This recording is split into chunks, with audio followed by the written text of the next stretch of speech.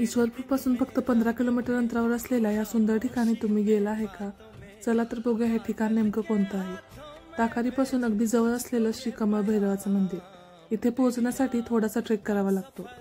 सुरुवातीला थोड्या पायऱ्या आहेत आणि पुढे थोडीशी उभी चढाई आहे. आणि वरती जाताना आम्हाला भरपूर व्हरायटीची फुलं सुद्धा दिसली. वर पोहोचल्यावर दिसणारा नजारा सगळा थकवा दूर करून जातो. त्यानंतर आम्ही पोहोचलो भैरवनाथाच्या मंदिरात. मंदिराच्या बाजूलाच नैसर्गिकरित्या तयार झालेले एक कुंड आहे. या कुंडाच्या साईडला शंकराची पिंड आहे. आम्ही तिथे जाऊन दर्शन घेतलं. मंदिराजवळच असलेल्या बेंचवर बसून आम्ही ताकारीतून जाणारी कृष्णा नदी पाहिली आणि दुरून दिसणारा ट्रेन सुद्धा. त्या सगळ्याच्या बॅकग्राऊंडला होणारा सनसेट खूपच सुंदर दिसत होता. तुम्ही इथे मॉर्निंग ट्रेकसाठी सुद्धा जाऊ शकता.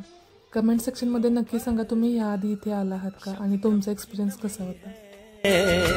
रंगों की महफिल सी जमी है.